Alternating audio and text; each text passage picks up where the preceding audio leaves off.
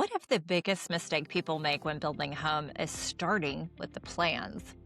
In this episode, I sit down with a custom home builder who flips the entire process on its head. Instead of telling people what to add, he shows them what to remove so they can actually afford the home they want. Here's what I mean. I can show you how to lower the price of your house 20, 30, 40, 50, sometimes $100,000. What we're doing is we're just cutting out the fat. That's what caught me because most people and most industries are built around adding more. He's doing the opposite. And this is where it really clicked. It says pick your builder before you pick your plans. Because so many times people will pay $3,000, $4,000, $5,000 on a set of plans and they never build it because they can't afford it. It's not about building a house. It's about how often we wait until after we've made a decision to ask the expert. Stay tuned for the full episode now, and don't forget to subscribe. Welcome to The Perfect 100, the podcast for BNI members who want to maximize their membership, deepen their impact, and grow their business through intentional networking. I'm your host, Tammy Zurak, a CliftonStrengths coach, longtime BNI leader, and one of the few members worldwide to maintain a perfect Power of One score. Each week, we'll explore the habits, mindsets, and everyday strategies of BNI members who are turning their membership into momentum. Hello and welcome back to The Perfect 100. Today's guest has built homes for decades, helped countless families navigate one of the biggest financial decisions of their lives, and he's also raised 12 kids. Bruce Upchurch is a custom home builder who has been in business since 1989.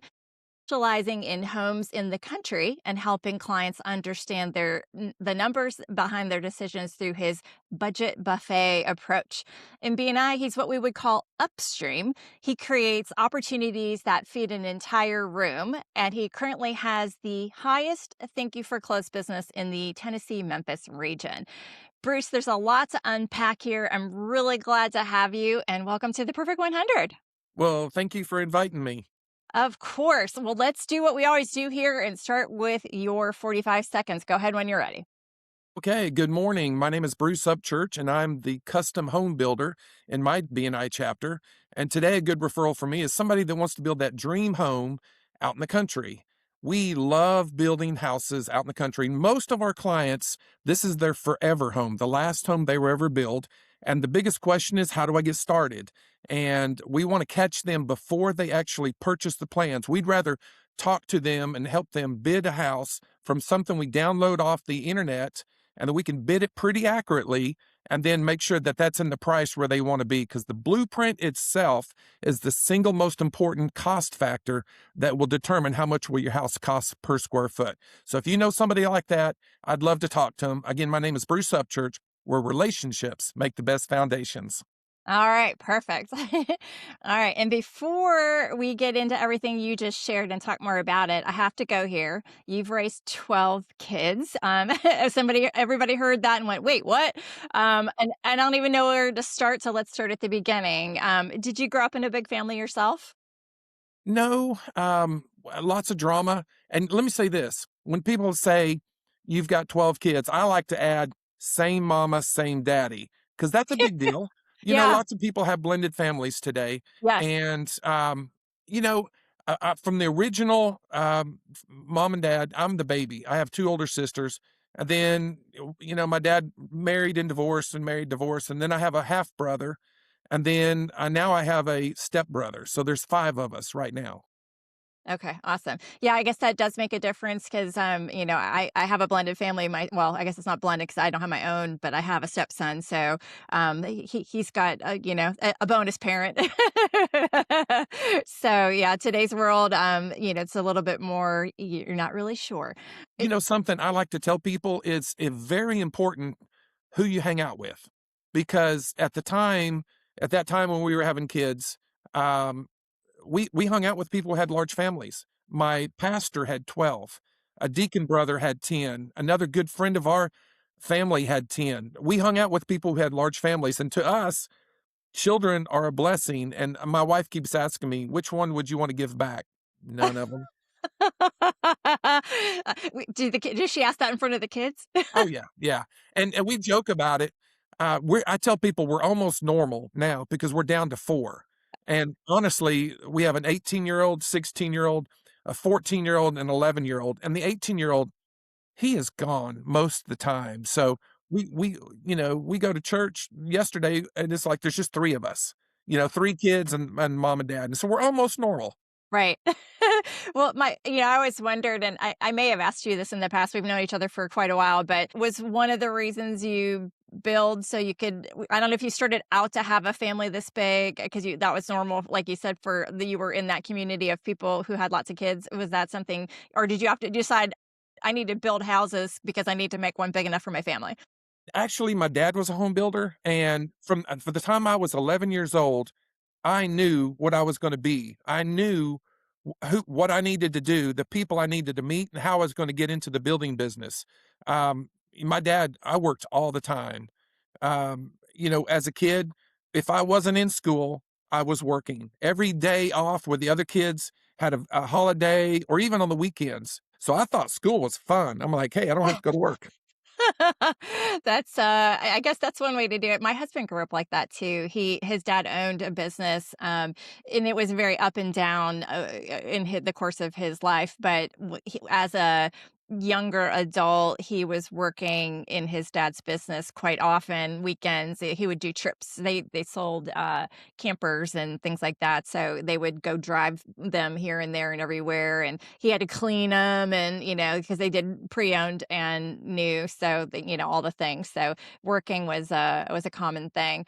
And it's also interesting. I was trying to think if I know anyone besides you that has that many kids. I couldn't come up with a single one, but my grandmother is on my mom's side was one of 11. So, and she was on the older side. And I think that maybe back then they're Italian Catholic. So I think that was maybe more common, but they grew up in a world where they couldn't really afford to have that many kids, right? So it was a different time, and I think that seems to have lessened over time that, people don't have as many kids because it's just hard to support, all the things that kids need in today's world for that. So, I love that you have been able to do that for your family. And one of the benefits of doing what I do, I'm a home builder, so my boys go to work with me all the time. And, we homeschool, and all my boys, I've got 6 of them, and they know how to use a skill saw, a nail gun. We raise cattle, so they grow up haying the cows, working cows, driving Right. tractors, bush hogging. I mean, and the girls too, just not as much. They don't like that physical labor. They'd rather, hang out with mom, and mom's pretty Right. cool too. Yeah, yeah. I know she is, someone who you think is very cool, so and which is also great after I can't imagine the amount of arguments that must come up with, 12 kids and 2 adults over time, just trying to navigate all the things that kids bring into your life that can create conflict. We love it. My wife, tells people her best friends are all ones she birthed. I mean, Okay, that's a fact. okay. And we have get-togethers. Now, we also have 18 grandchildren so My far, goodness. and so we have family get-togethers. We have get-togethers, we almost once a month, 40, 50, sometimes as many as 70 people will show up. We like having people over. We like having our kids over and the Yeah. grandkids and just lots of, and there is a little bit of trauma, that I will admit. There is a little bit, but that's alright. Yeah. What's the daily life like for all, when they were younger growing up, when you had all of them? Well, maybe you didn't ever have them all because I know with even my husband's one of 6, so the older ones were gone by the time he was the youngest. So the younger ones, he doesn't even really know his older one all that well because he moved away, and they didn't really they're talk now, but they didn't because they weren't in the same house They together. didn't grow up together. Yeah. The most we ever had was 10 kids at one time. The last 2 that we had that were born, we had a couple of our kids already had grown up, got married, moved out, and got kids of their own. So the last 2 were born, Uncle Jesse and Aunt Elizabeth, because 'cause they've got nieces and nephews older than they are. But for us, a typical day, I mean, my wife's been homeschooling for 30 plus years. Even right now, my kids are doing homeschool. And Then usually, like for the boys, after lunch, it depends how fast they get done. Then they'll usually go to work with me, and we'll go out there and work on the job sites. And the girls, they have all kinds of activities. Some of them have horses. We raise cattle, so there's always farm stuff going on. My youngest one right now is growing a garden, so she's always out there working in the garden. Nice, nice. I love that. And so you don't get away with 12 kids without having leadership. So what has that taught you having all those people in the home and then all the additional, once they're older, all 40, 50 people at a time. What has that taught you about leadership? Well, I tell my wife I seem to be just a natural leader. If there's somebody else already leading, I'm okay with following. But if there's a leadership void, I just naturally step into it. Say, "Hey, guys, let's get this going." Whether it's be, "Hey, it's time to eat," or the kids are getting a little bit rowdy. I'll be honest with you. I don't like foolishness, and so if the kids get a little bit rowdy, they're going outside. And so, but they already know that, and they large families, we all learn to work with each other and get used to each other. So, Gotcha. What was harder than people would expect, but easier than people assume? everybody says that kids cost a lot, and they do, but it's not as much as it has to be. My wife is very frugal, and we obviously we homeschool, so the kids are not as subject to a lot of the peer pressure as far as buying those expensive tennis shoes. And they still can and they still do, but if they buy those expensive tennis shoes, they're gonna pay for it themselves. We don't give any of our kids, never have, given them allowances.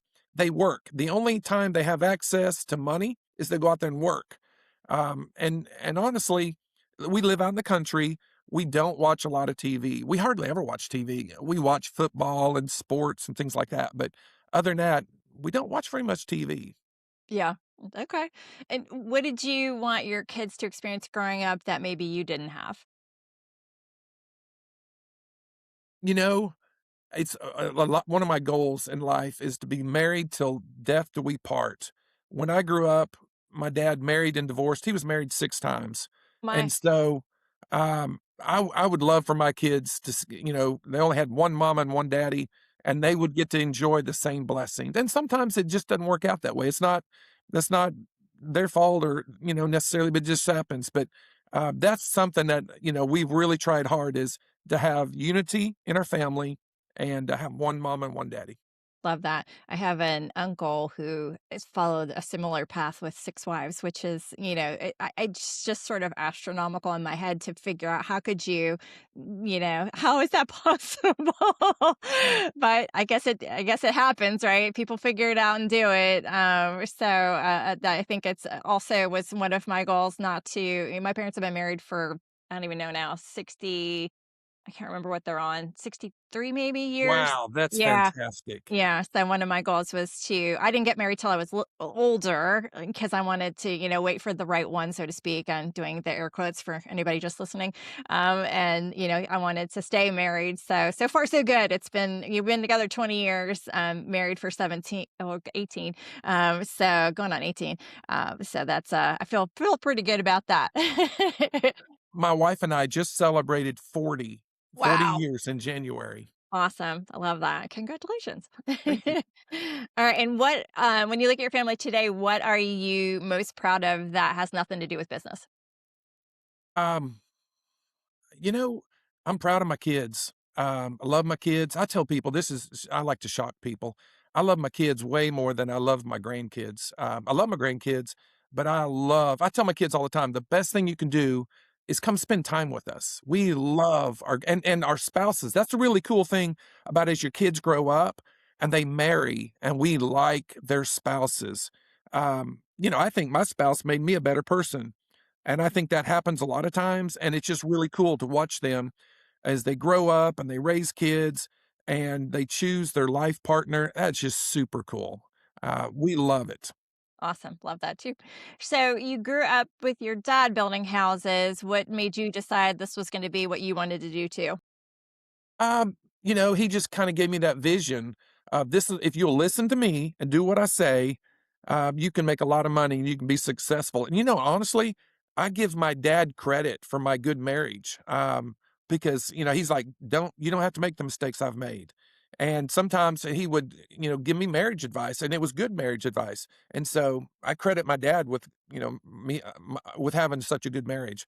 On the business end, he's a much better businessman than I am. I will say, I think now he passed away about 6 years ago, but I will say, I think I'm a better home builder than he is, because um, than he was, but he was a great businessman. Everything he did just seemed to turn to gold. He was a fantastic businessman.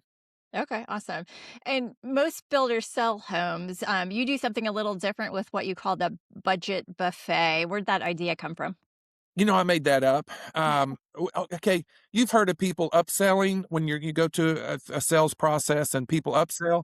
Well, the budget buffet is simply downselling. It's the opposite. So let's say, and this happens almost every time. I'm doing a bid presentation tomorrow, and when I get to the end, what we do is we'll meet and we'll build the house on paper.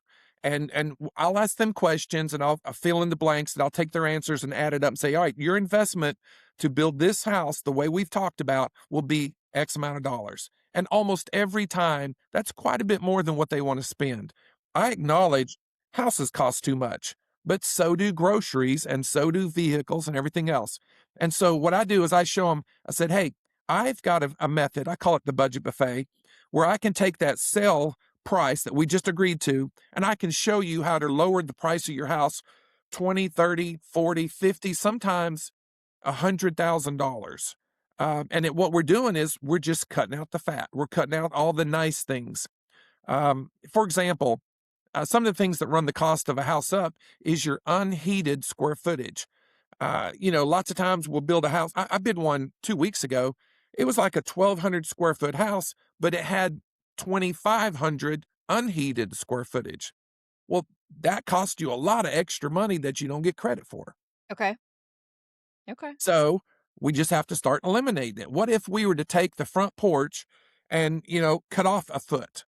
And then we cut off another foot. And I'm pretty soon I can cut, you know, $5,000 or $6,000 off that front porch and just make it a little bit smaller, but yet we're going to save you some money. And that's up to you. That's why we call it buffet. I come up with some bad ideas. That's like, oh, that's a terrible idea. We don't want that one. That's fine. Scratch that one out. Let's go to the next one. Right. Yeah. Well, I think it's interesting because giving full visibility to cost lets them, it's the trade off, right? Is do you want this or do you want that?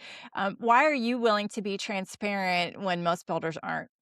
Well, okay, let me just say this.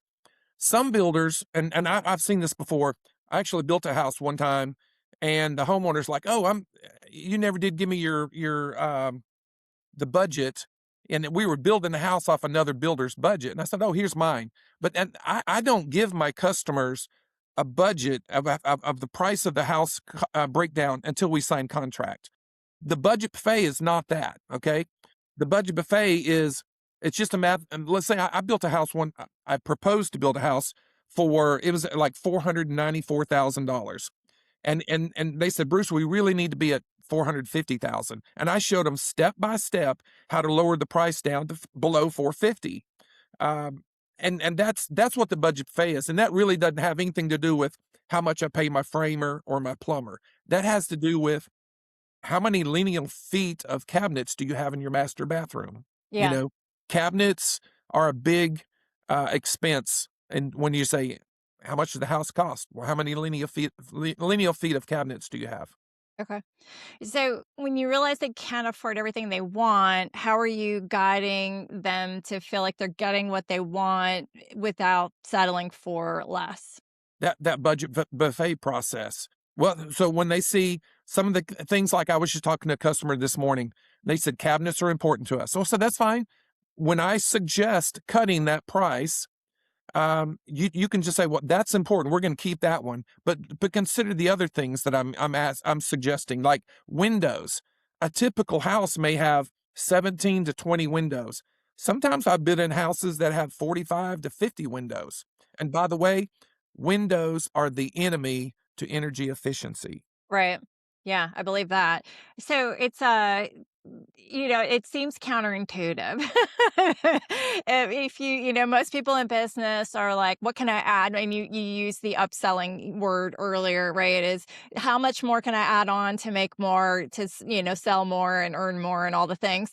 But you're really you're building a custom home, but you're also building a custom budget so they get what they want at a number they can afford. So I feel like that's significantly different than most business models. So, tell me about the success of that.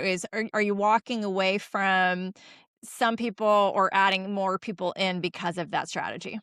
Okay, so where I got to that strategy to begin with, back in the early 90s and early 2000s, we used to build spec houses.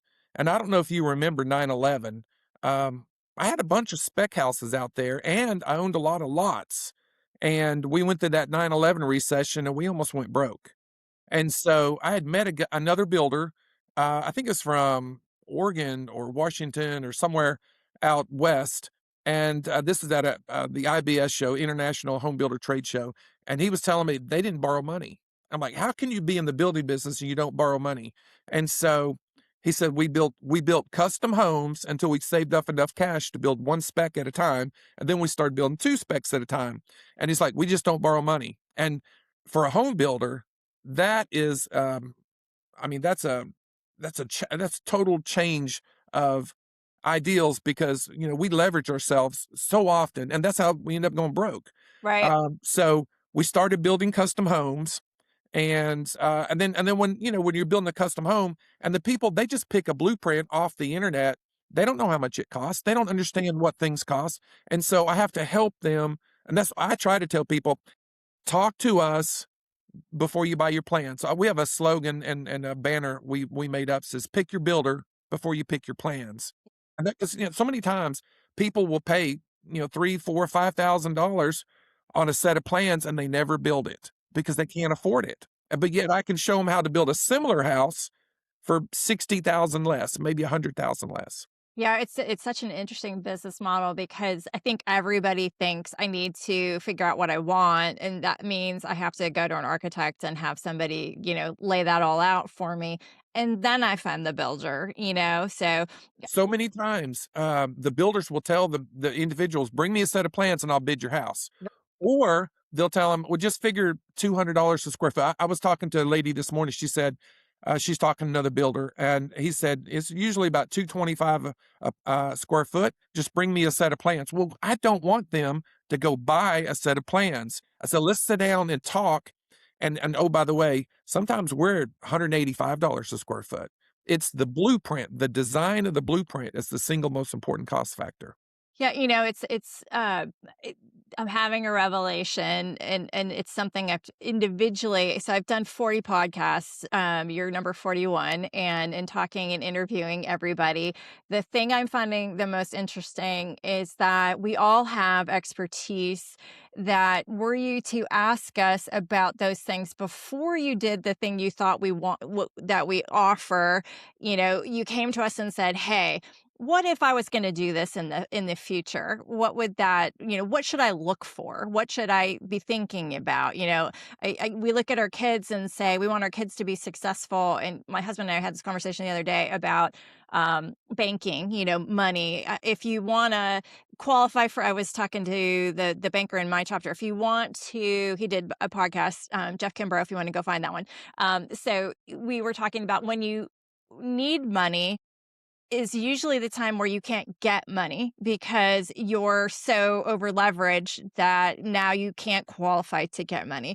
The best time to ask for money is when you have lots of it, and you look good on paper, right? So it's counterintuitive to say, I need money or I don't need money. Let me go ask for some.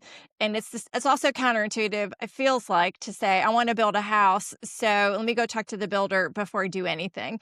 Because I think it's in our heads that we have to be ready for you, right? It's we need to be probably because the industry is taught that is bring me, send me your plans, I'll bid it, is what you just said, right? So we've taught people ways that are less efficient than if you came and talked to us first. And no matter what your profession is, if you get advice from somebody who's a master in their field before you decide to go and do the thing that you might want to do in the future, then you're going to be farther ahead of the game. And for me, from someone who has high strategy, it's so amazing to think about it that way. Is what if I only had a conversation, I even just thinking about like life insurance is, kids when they're 20 don't think they need life insurance because I'm going to live forever. Yeah. Well, when you're married at, let's say 25, 30, and you don't have life insurance and then you wait until you're 40 or 50, well, that may be too late, right? Is something may have already happened and you've left people behind that can't afford to take care of things, or it's so expensive when you go to get it. So it's amazing. I love that this is your reverse psychologying the business of building a home so people get what they need. So, you were talking about kids, and I love kids. We've I'll say heard. this. I know. When my wife and I were married 3.5 years before kids, and the neighborhood kids used to come and knock on the door and ask Miss Becky, "Can Mr. Bruce come out and play?" And I mean, I'm talking about 6-year-old, 8-year-old, 9-year-old, 12-year-old boys that we go out and play basketball and ride bikes and everything. But my kids grow up with the expectation that they want to get married and they want dad to build them a house. And that's one of my life legacy goals is I want to build each one of my kids a house. And with the young people today, it's so hard for them to go out and qualify for a loan. And then what they get for that loan is terrible. But because I'm in the home building business, and oh, by the way, I have 6 boys that know how to build a house. And we all get out there and work together, and we can do a lot of labor for free. Right. Um, I have I recently bought a house, about 2 acres for one of my kids, and it has a trailer house on it. And so we're just remodeling the trailer house that they'll live in for 5 or 10 years, and then we'll build them a new house behind it once they get financially ready. Yeah. And so, yeah. Oh, I love that too, is that you're not giving them something that, they're gonna live in, reasonably until you're not just because dad can build you a big house, you're not gonna have that off the bat. We're gonna make sure you've lived a little, and then we can get to that point where you can build it. And then all the other brothers and sisters are willing to help. Not so much as they're helping the brother or the sister, they're helping because dad helped them. And they're like, "Dad, I owe you so much. And anytime I can help, I'm happy to help." And I love our family dynamics. I just love my kids. I love my kids. I love my wife too. I know you do. I've known Bruce for a very long time. I think I don't know, we're more than a decade at this point, but that's the one static thing is I've heard a lot about, your wife is a very popular person for you, and I love that. Oh, I think I outmarried myself, no doubt. She is amazing, and she treats me like royalties. I'm the most spoiled husband you've ever met. Well, and we'll have to do a separate episode on that, I think, maybe, is how do you have that many kids and have a wife that you adore and all the things after 40 years. You probably should start your own podcast if you don't already have one. Yeah, I've always said, one of these days I'm gonna write a book because Yeah, I can tell stories about raising kids, and they're I bet. funny. And it seemed like everybody's, we go to, like, we went to, like, Silver Dollar City, and my kids are like, "Dad, we'll go ride the rides, and you can meet new people that've never heard your stories." Because that's what I do. I start telling people and telling stories, and I like Yes. people. And for those people that are listening, because we have people all around the world listening. I just spoke with a listener from India the other day who was talking to me about coaching because she listens.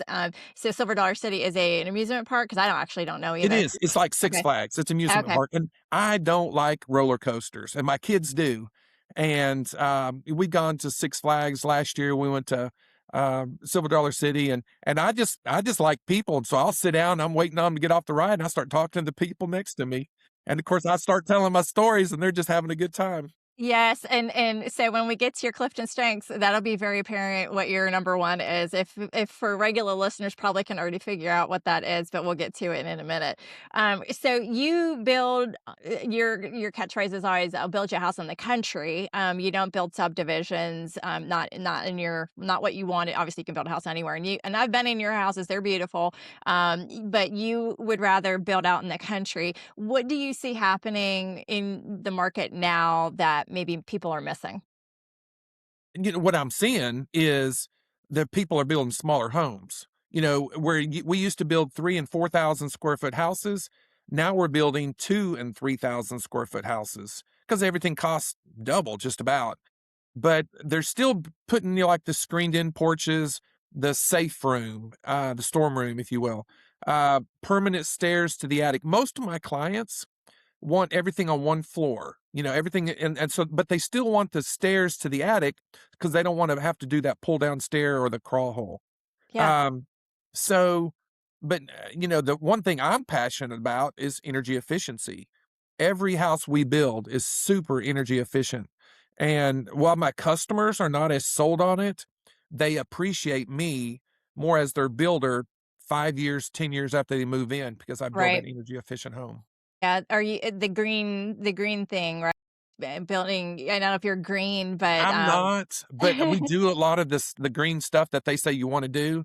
okay, But the bottom line is, I have customers coming out of the Memphis area where they're used to having in summertime, they might have home, utility bills of $600. They move out in the country, they're living on a well, so there's no water bill. They have septic tank, there's no sewer, and, a lot of times there's not even, natural gas. A lot of times there are, but sometimes they're not. So their utility bills might be 100 or $150 a month as compared to 600 a month in the city. yeah, it's crazy. Well, and here in the summer, for those not in our area, it gets to be in the hundreds all summer long. The heat index is really hot, and so you're running that air conditioning like nobody's business. And the energy from the local city entity is astronomical. So being able to have the house you want built for you and have it be efficient is sounds like a good thing. It is, especially for long term. When you're living in the house for years and years and years, you get to enjoy those low utility bills. For sure. All right. In your chapter, we're going to switch gears a little bit. In your chapter, you don't just participate, you feed the room with business. How intentional are you about that? Well, I love passing referrals. In fact, when I first was introduced to BNI, Jana Cardona was starting it, and she said that we're going to create a group of like 30 members, and where everybody refers business to everybody. And like I've always shared, I'm a natural connector. I've been sharing referrals to everybody else for years, but nobody was giving me referrals. So the first time I visited, I filled out the application and I wrote the check. Back those days we wrote checks, Right. and I was in the first time I visited. And when I'm in, I'm all in. Um, you know, I do. You did the BNI fundamentals for those people who are in BNI. They understand what I'm talking about. I do all of the BNI fundamentals. Now, I'm not as good as you are, but for the long Pretty close. run, Yeah. if you look at the long run, it's pretty impressive what BNI has done for me. Yes. Man, it's a no-brainer. I can't believe there's not more home builders in the BNI. This episode is sponsored by Mindy Lovern with Huntington Bank. Builders and their clients are choosing her single close construction loan because it simplifies the process. One closing, fewer headaches. If you're planning to build, connect with Mindy at mindylovern.com. That's MENDYLOVERN.com. And so let's show how impressive it is. I want to show a slide. For the audience that's listening, if you're not on YouTube, you're not going to see this, and I'll talk it through, but definitely go to YouTube and subscribe while you're there. But you'll get to see some interesting things here. So I pulled up, how long have you been in BNI? For 16 years and 5 months. Okay, so I don't have your 16 years because I didn't know exactly when you started, but I did pull since October. So because we start a new fiscal year, for anybody who's listening knows that October 1st for BNI is when we start a new term. And I don't remember what I was looking for. I was looking for something else, but this popped up I started to just switch things around and I like data. So I was looking at this and for which would be this is April 20th when we're recording, so a little more than 6 months in, 6.5 months, and you have the highest thank you for closed business given in the region. So Bruce's total, let me go from left to right. So this is his Palms report. Present 21, absent 0, late 0, medical 0, substitutes 0, referrals given inside 2, referrals given outside 37, referrals received inside 0, referrals received outside 2, visitors 12, one-to-ones 37. Thank you for closed business given $1,152,963 and 25 CEUs. So I was curious and I looked at the total region. Thank you for closed business given is 19,337,008. And there are in just the Tennessee Memphis market, because they divide them up into little chunks. Our market has this chunk has 344 members. So your 1,152,963 is 5.96%. Let's call it 6% of the entire regions. Thank you for closed business. So, I mean, this is pretty impressive. I want to let that sink in for everybody. 6% of the entire regions. Thank you for closed businesses who I'm talking to on the screen right now. So at your level of experience, you said 15 years and some months, right? Tell me, that's not accidental, clearly. What are you doing that allows you to operate at that level consistently? Well, okay, so for me, like I said, when I'm all in, I'm all in. When I joined the chapter, I didn't get my first good referral until for 18 months. I mean, somebody brought me a potential client that wanted me to build a house, and but I've been in BNI since November of 2009. That's 16 years and 5 months. And in that 16 years and 5 months, I've averaged what I've received is almost $40,000 per month for 16 years and 5 months. That's incredible what I've gotten from BNI, but and what I've given back is just a little bit more than that. But what I've got when we started our chapter, and because you've been in our chapter is really heavy with construction. Yes. 20 out of 30 members are construction related. From we got the Yes. glass guy, the flooring guy, the AC guy, electrician, the plumber. I mean, we've got a lot of You had construction it all people in covered. there. Yes. And that's because I started the group. I was the fourth person to join, and when I started recruiting, I recruited people who would be working with me. And so, like, my electrician is in my group, and every time my electrician wires a house for me, it's somewhere between $15 and $25,000. Same thing for my flooring contractor. In fact, my flooring contractor's in your group. Um, every time I write Andy, well, I don't have to write him, And but my and homeowners your write him a group. check. Yeah, and Yeah, your group. yeah, Yeah. yeah, yeah. Michael's in my group, and I mean, it's a $20,000 to $30,000 purchase price for them. And so I've got two or three partners that are not in my group that are in other chapters that I intentionally sought out, saying, "Hey, I want to do business with you. You're in BNI." And so I'm looking for opportunities to do business with people who are in BNI. And I've got I think there's like 9 or 10 of them. It used to be 11, but every time I'm building a house, I introduce one of my strategic referral partners, and if I recommend them, they're almost automatically going to get the business. And so but then also, I will tell you that I get a lot of referrals that the people don't know me. I mean, I say I pass a lot of referrals. When I'm building a house out in the country, and I'll have my sign out there at the street so that people will, for name recognition, advertising, but also when my subcontractors know, here's the house you're looking for, pull in this driveway and come work on my house. The neighbors will call me and say, Bruce, I see you're building a house next door. I'm out here on this street. I need an electrician. I need a flooring contractor. I got a shower that needs to be replaced. Who would you recommend? And so I pass referrals to people I don't even know. Right. I just know that somebody called me and they need somebody, and so I passed that referral to one of my people in my BNI group. Yeah, I mean, it's kind of amazing. So, and I referred in the opening to upstream. You're the big fish, you're the one that, and I think you said this also, that it's harder, you're the one passing all the referrals downstream, right? So everybody wants the builder upstream. That's a trade because they're going to hopefully be part of that downstream, and or in whatever your profession. So from a BNI perspective, is I always tell people to think about it this way: is who's upstream from you?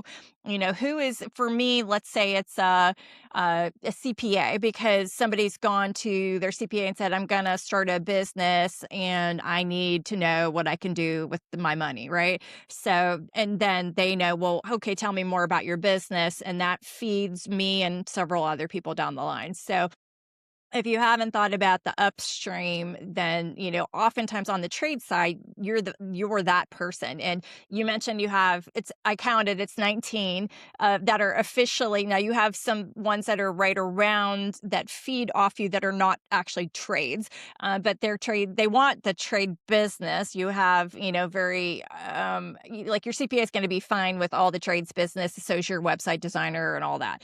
Mhm. But you have actual tradespeople who are, all the things that they're mechanics, whatever in the system, they're doing work on the home. Yes. So, how does one, I think most chapters don't have more than, let's say 10, at Mostly when it's 4 or most. 5. Yeah, exactly. And it's a struggle to get to that 10, if it 5 even. So how does one get 20? Is it simply because you're the builder so they know they're going to be, and also how do you decide, because I know this question came up in my mind when you were talking, is I could just give them business without them being in BNI. So are you giving them that hook of, I'm going to give you more if I see you every week? What does that look like? Well, for example, some of the people I get to visit are people who call me and say, "Hey, Bruce, I'd love to meet you. Is there any way we can do business?" I'm like, "Yeah. How about we meet 7 o'clock Wednesday morning at my BNI chapter?" And so that's one of the ways I get people to visit. Is somebody calls me, I say, "Yeah, I'm happy to meet with you. And let's do Wednesday morning at 7 o'clock." But then also, um, I'm looking for opportunities to do business with other BNI members. Now, that's not necessarily like we at one time had a cabinet person join our BNI group. They never did get my business. My cabinet guy, just it's hard to beat him, and he's special. And we've been together for 15 years. Right. Sometimes it's hard to break that Yes. friendship and but main thing is they couldn't compete with his price or his Right. quality.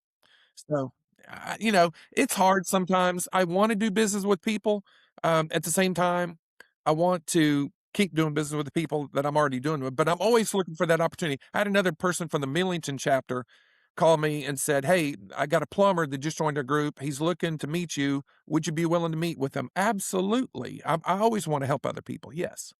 Well, so some of it's you're giving heart. The other, the transition, because people on when I'm interviewing everyone, the visitors primarily. So you had 12 in 21 weeks. And I have a lot of visitors also, and everybody struggles to get Yes. visitors. And Oh, you I mean, said, go ahead. if you look at anybody's, the reports, mostly in a year, they might have 1 or 2. Right. You're very impressive with how many you bring. You beat me, and Yes. I'm always one of the best, and you're better than I am, so Yeah, I've lost congratulations. count. Yeah, thank you.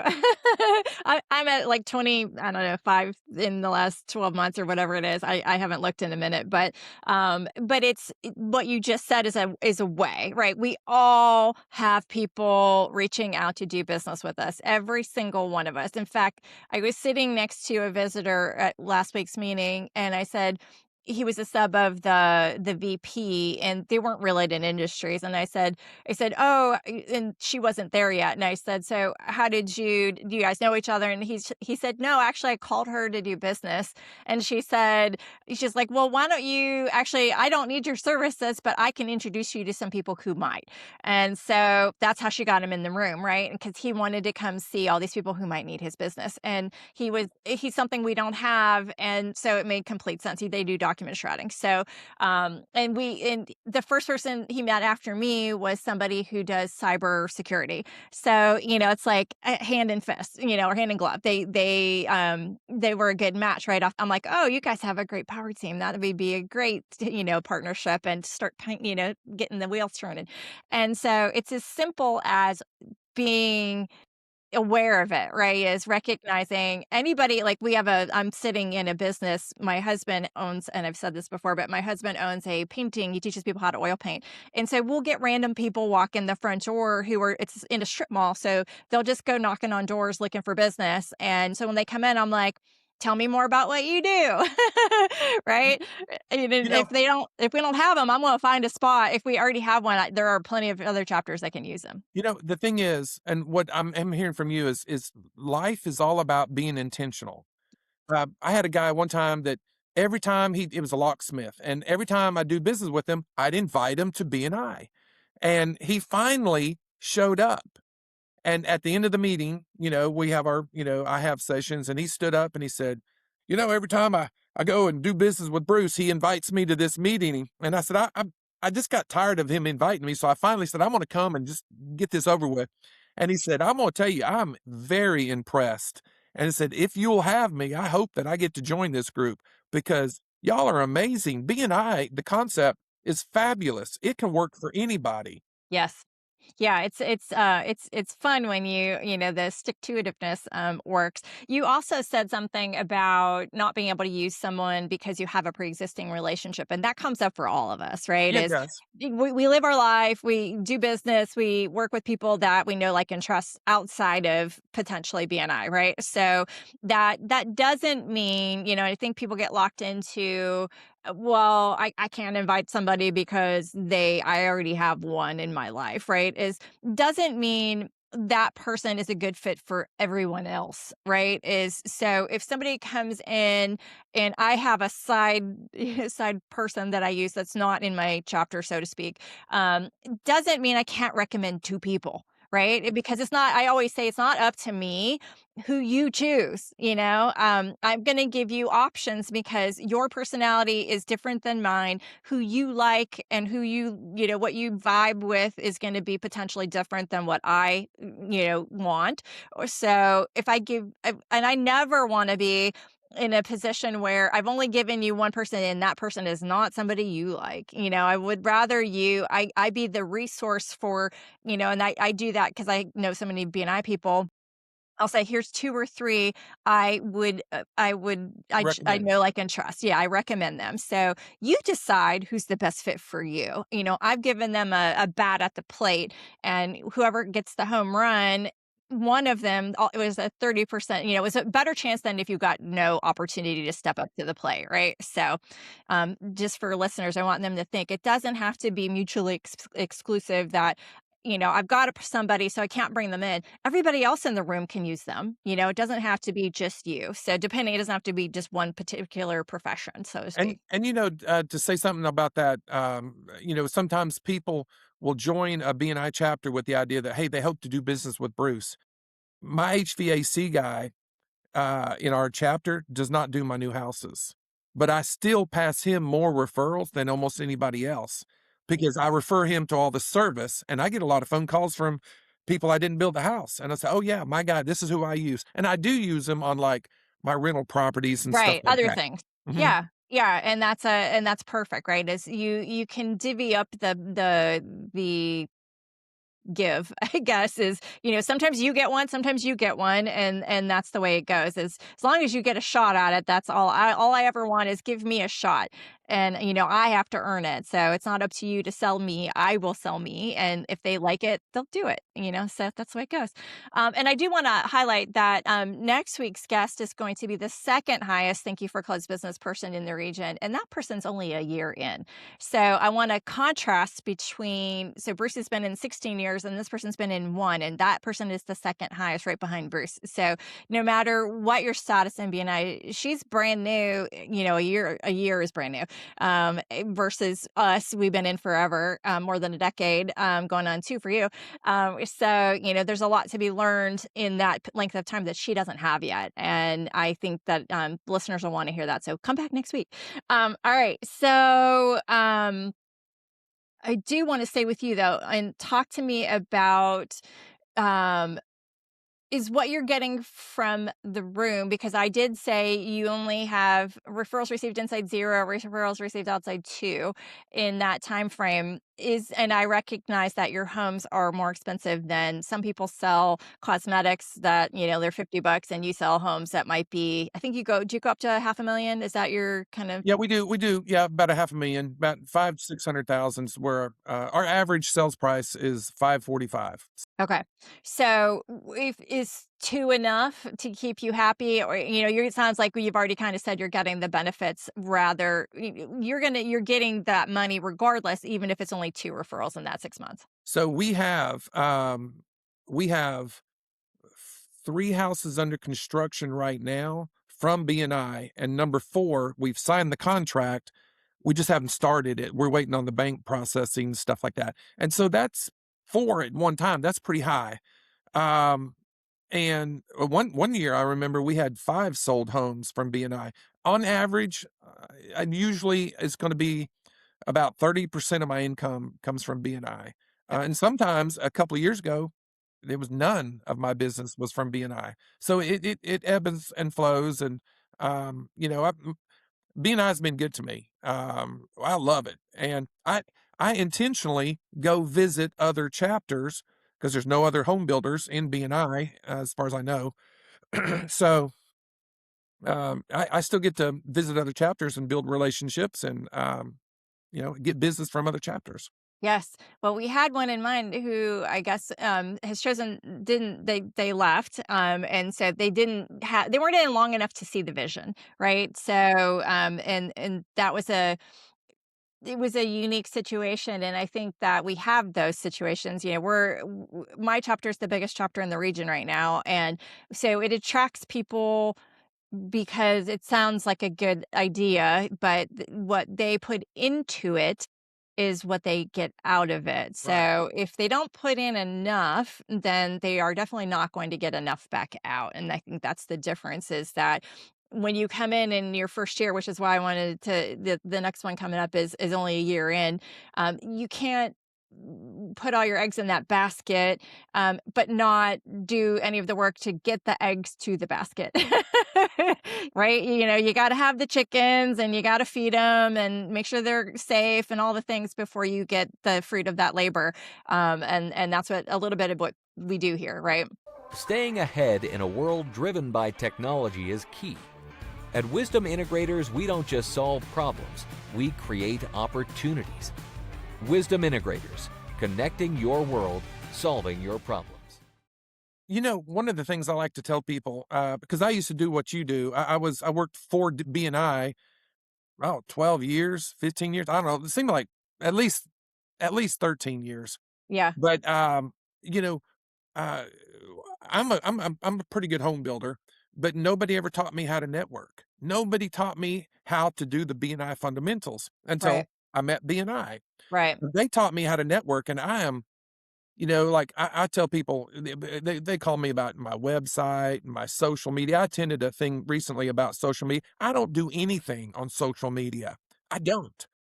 I don't have to, but I'm really good at networking, and I'm really good at BNI, and I do the BNI fundamentals. If you just do the BNI fundamentals, you're going to be successful. Yes. Why and I use my husband as an example of that as well, is he does very little on social media. I'm on him constantly too. You've gotta put some stuff out there, but people just keep showing up because there's nothing like what he does, and he does it well.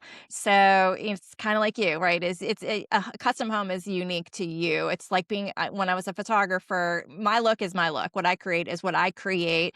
Same for you. If I've walked through one of your newly built homes and was amazed by it, and that is you. That's what there's no, you can walk through, you hear horror stories about houses being built all the time. And, that is, so going to somebody who's going to build, it's their craft, that they take pride in and get asked for, without having to do any marketing, tells a lot about you, right? Something I think is important too. One of my goals is when I finish building the house, I want to be friends with my clients, and that's just not normal. Um, you know, I'm not an alpha male where I'm really it's my way or the highway. I'm always just trying to help my client, and if we have a challenge or an opportunity that is disrupting the business, I'm like, "Hey, I don't care whose fault it is. Let's try to figure out how can we all just get past it and that nobody loses." So I always look for that win-win-win solution. Yeah, well, and it's so rare in your industry. Anything in construction is very well, saturated with people who don't do any of that. They take your money and disappear, or do a, bad job and disappear. There's so many horror stories. So to have somebody want to be your friend, that you're accountable, I'm gonna be your friend after this is all over, says a little something about that whole process. Tell people all the time, I have customers who I built a house 25 years ago. I just finished working on a guy's house last week or 2 weeks ago.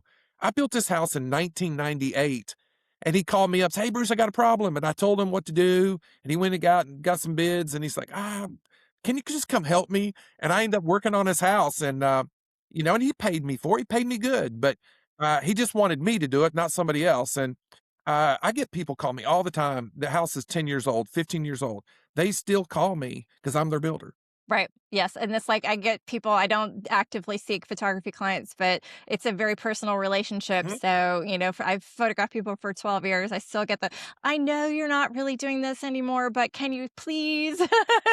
Because they want the result that they feel comfortable with. And so, and it's the same for you. All right. We have talked so much about all this that we need to move on to a couple things, one of which is your power of one, which doesn't need a lot of screen time because you have a perfect score of 100. So I don't even need to read. You have 20 points in all of the categories. So talk to me. You have always been towards the top, but lately I've noticed that you've been in that perfect 100 world. So what has inspired you to move up? It's you. It's your Perfect 100 podcast. I watch it every week, and I'm like, I'm a little bit competitive. I'm like, it's hard to be Perfect It 100. is. And honestly, I'm not the Perfect 100 every month, but I Right. am over the 6 months. Yeah. And so while I haven't reached your status, I'm coming after you. Perfect. Well, I appreciate that. I've given you a little inspiration to move yourself up. I was wondering if that's what it was. I hadn't asked you that question before, but I noticed in the last 5-6 months you keep popping up on that because we get a report in email saying who has a perfect 100, and I'm like, there's that Bruce guy again. Yep, What's going because on I here? watch this podcast called The Perfect 100. So obviously, I watch it every week. And I watch it multiple times. You've had some really good interviews. Thank you. Yeah.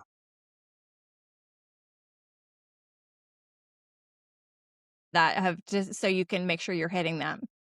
Well, I heard this from somebody else, from BNI. You can't wait till the end of the month to make sure that you're going to be at the perfect 100. You got to get your visitors lined up, and you got to make sure you get everything done. I try to, get all my referrals in, my CUs in, everything like my one-to-ones in as early in the month as possible. And the visitors are the big thing. You can line your visitor up and then they don't show up. And then you line them up again for the next week, or maybe it's a different person and they still don't show up. So sometimes that's just out of your control, but you have to be intentional. And that's really what life's all about is being intentional. If you, I set a goal, I want to be in the green every single month, not only for each month, but for the whole year. And so I'm being intentional. Okay. Yep. And that what's in the beginning of the month, I try to also do that unless I'm slammed at the beginning of the month. But the easier the sooner you can knock it out, then you don't have to worry about it. So, I've done that always in sales when I was just a salesperson working for someone else. Is when there was a goal to hit, I would just try to knock all those things out. So then it was just gravy. Everything after that's just gravy. And that's why I have the visitors that I have is just like, I just pile them up as many as I can so that then I don't have to worry about it, right? Right. And, I don't aim for one referral a week. I aim for two. I don't aim for two. I'm one to one per week. That's our minimum, 1 to 1 per week. I aim for two. So, I've never really reached it, but one of my goals is to hit 100 in all of my areas. Like, if you average 2 referrals each week, you're going to be at 104, right? Same thing with your continuing education and your one-to-ones. And a lot of times I'm in the 90s. I'll have like 92, 94. You max out at 20 points. So even if you have extra, you're still only going to get 20 points, but it does carry over because it's 6 months, right? So if I max out and go over this month, then technically it's a 6 month in the past. So you're stockpiling. So but it rolls forward. It's rolling average, so it moves forward. So as long as if you have extra in I sometimes I'm like, I'm too busy to whatever, but I've got extra last month. So it's just looking through the scroll on the app and saying, did I hit, and twice now I've overlooked it and not gone to double check before the end of the month. And I've hit 95. And I was like, no.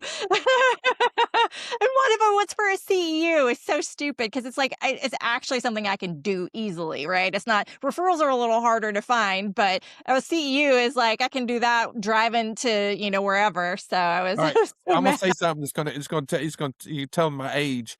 I mean, you can just see the white hair on me, know that I'm not young as I used to be, but I'm obsessed with walking. And, I went to bed the other night and I was like, oh, I still don't have my steps in. And Yes. it's like, it was after midnight. And I'm like, oh, I Yes. missed it. I try to get my 10,000 steps in every day. And if I don't have them, I'll go out in the backyard and walk, because our driveway's 1,000 foot long, and so I'm going to get my steps in. I'm obsessed with walk. I try to walk like 5 miles a day. Yeah, so I'm showing on the screen for those not watching. We're doing the same. So every day after dinner, because it's good for your health right after you Yeah. eat to go do that. So we hit 10. We've been upping it. It was like 8, and then we went to 9, and now we're over 10. And we did, my average is now at least 10,000 steps. But I did the same thing as you. As the other day, I was like, oh man, I'm only like 500 or whatever it was away. So I just walked around in circles in the backyard playing with the dog. I tell you what, as a home builder, because a lot of times what I do is I'm in meetings, I drive around and check on jobs, and I'll come home and I've only got 2,000 steps in.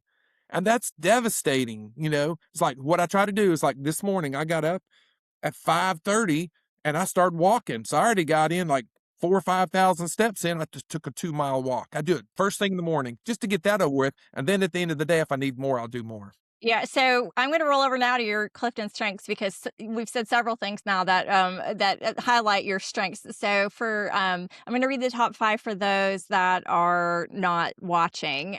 So your number 1 is woo. You love meeting new people and winning them over. You enjoy socializing and making connections, especially at theme parks. Number 2 is positivity.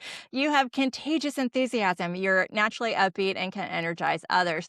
Your number 3 is communication. You generally find it easy to put your thoughts into words. You're a good conversationalist and presenter.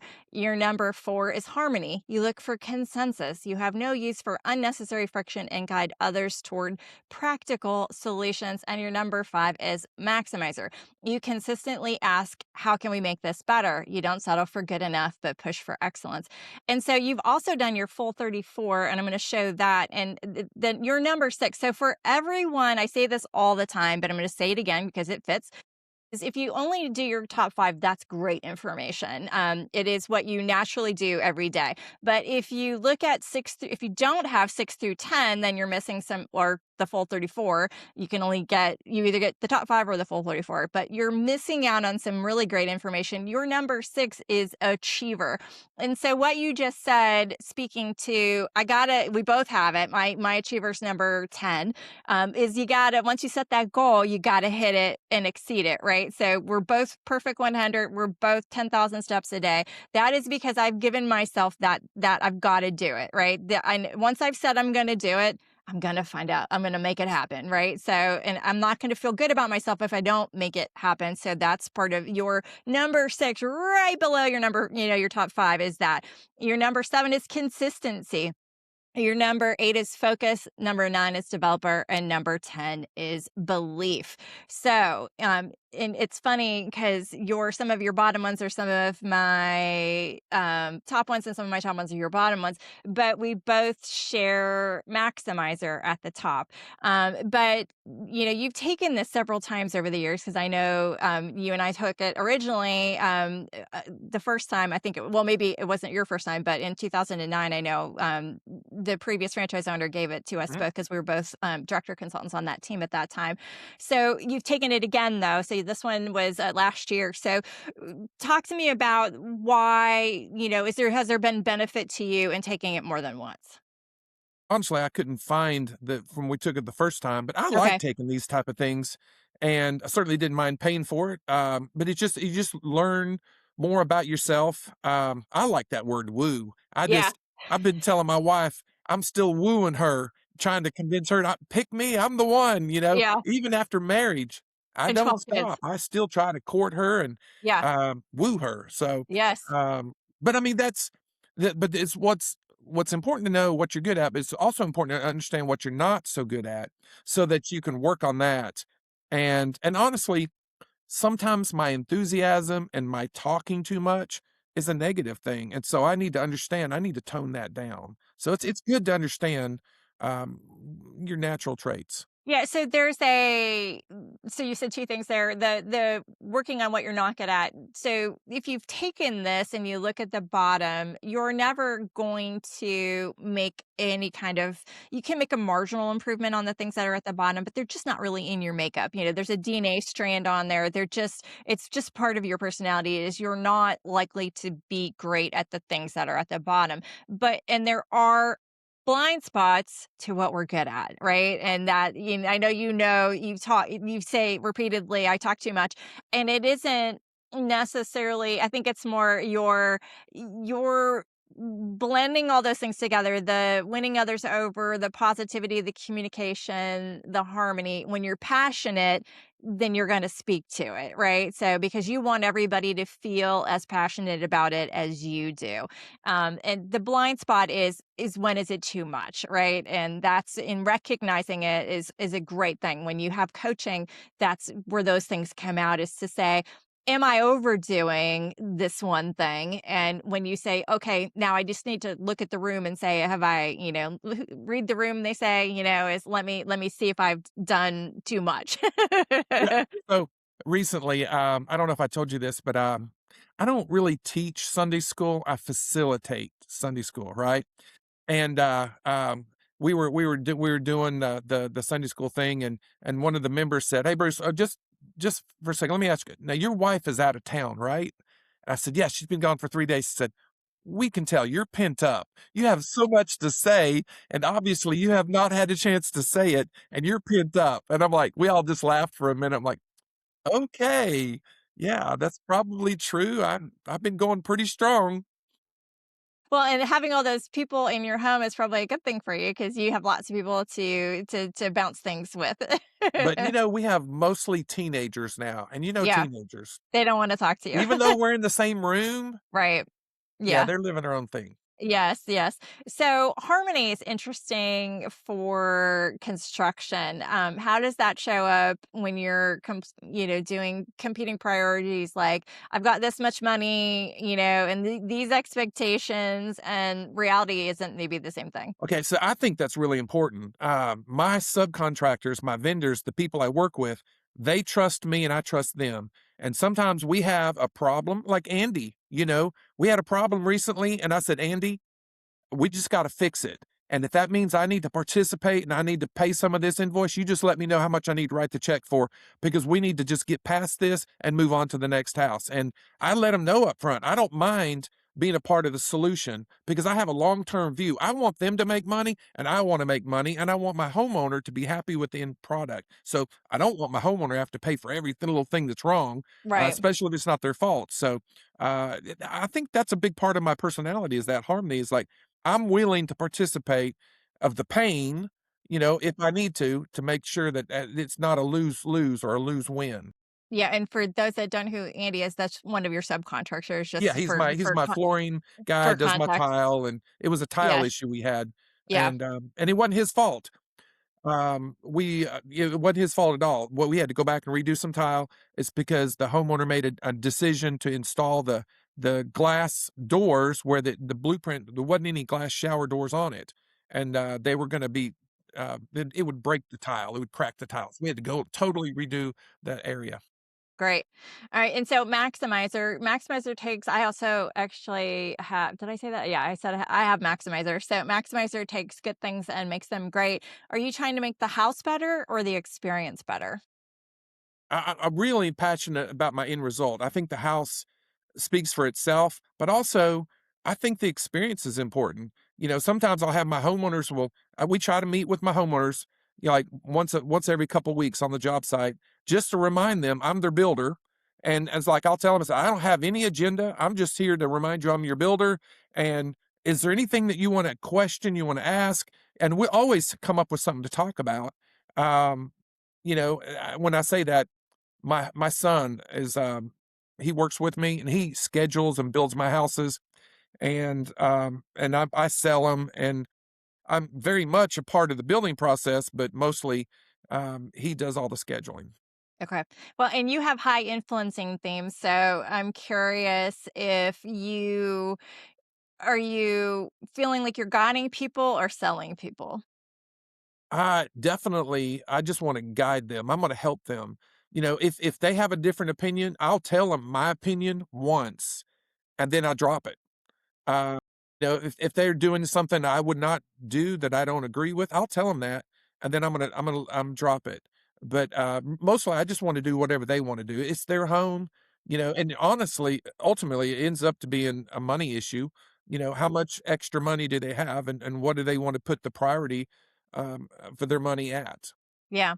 And oftentimes those people are making probably the biggest financial decision of their life. So, what fear do you hear the most that they don't say out loud? What are you feeling? Um, the thing that they probably don't say it, but everybody thinks it is, it takes too long to build a house. It does, and it costs too much. But I mean, I can't control either. So what I can control is the end product as far as what's the quality of what I give them, and then the experience. You know, again, at the end of the day, most of my clients still like me after they move into the house. Right. It is stressful building a house. It's very stressful. Sometimes they're living in circumstances where they're not even renting. They're living with mom and dad, or maybe they're living with their son and daughter-in-law. It's Right. still stressful. Right. Yeah, gotcha. Okay. Um, do you think that your kids see your business as what you built or how you lived? Most of my kids are not self-employed. They work for somebody else so that they have a regular check, but they all have some kind of side thing they do to earn extra money. Yeah, I'm self-employed and I love it, but I work a lot of hours. So I don't know if they look at me as dad works too much or they in the building business, the highs are high and the lows are low. So I think that's the biggest thing they're concerned about is they don't wanna have to go through those lows. All right. So we've gone a little over, but we're going to roll through the quick fire quick and then we'll call it a day. So, all right. First question, most overpaid feature in a house. It's which you can spend a lot of money on cabinets. Okay. One thing every homeowner regrets not doing. Screened in porch? I don't know. Okay. Best referral you've ever received. I don't know. I mean, that's a hard one. I get a referral to build a house, and then sometimes I'll build another family member's house, and sometimes it might end up being 2 or 3. So I mean, just building a house, I mean, I don't know. Okay, Are all the houses are good referrals. Yes. All right, one B&I habit that drives revenue. Um, be consistent, be all in. Do it like you're supposed to do, do what you say. Yes. Hardest client conversation you've ever had to have. You know, foundation was not good. The earth underneath where we're gonna build the house, and we were gonna spend like $50,000-$60,000 to drill, to support the house, and, nobody likes that. I had that happen twice in 36 years of building homes, and one of them walked away, said, "We're not gonna build the house," and the other one, spent the $50,000 to support it. That's probably a good thing in both cases, actually. I was just reading online about a local builder who built an entire subdivision on land that was all sinking and that caused all kinds of bad things. So it's probably a good thing when your builder tells you the truth up front. Um, how many kids before you stop counting? Oh, what do you mean stop counting? I mean, I can't get a name right, even at it's like when I'll holler at one of them, I have to go through 3 or 4 names before I finally get it right, so I can't get any of them right, hardly. All right. Who runs the house better, you or your wife? No doubt, my wife, Okay. she makes everything better. Oh, awesome. Finish the sentence. A great builder.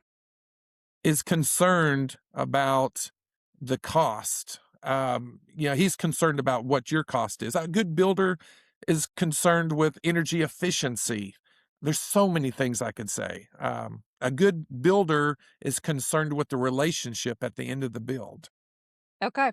Awesome. Love all of those. And last, quick fire, finish the sentence. Success in BNI requires. Hard work. Yes, that's easy. You get out of it what you put into it. That's All right. right. Bruce, you have built homes for decades, raised a large family, and built a wonderful reputation. If somebody is early in their life or their business, what would you tell them that matters more than anything else? I think be genuine, be concerned about what's their best interest. I don't know. Okay. Well, thank you so much for being here. This was an amazingly fun conversation. Loved having you. It's definitely different. Anytime you talk to me, it's gonna be different. The All right. stories.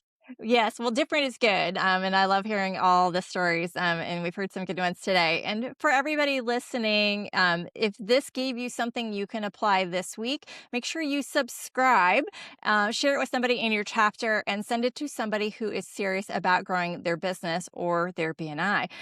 Because businesses don't grow by accident, chapters don't grow by accident, and it happens when people consistently execute what works. We will see you next time on The Perfect 100. Thanks for listening to The Perfect 100. If today's episode sparked a new idea or inspired you to show up differently in your chapter, share it with your team and be sure to subscribe so you never miss a conversation. And if you're curious about your own Clifton strengths and how to bring out the best in yourself or your chapter or your business, head to TammyZurak.com to learn more about building your superpowers into everything you do.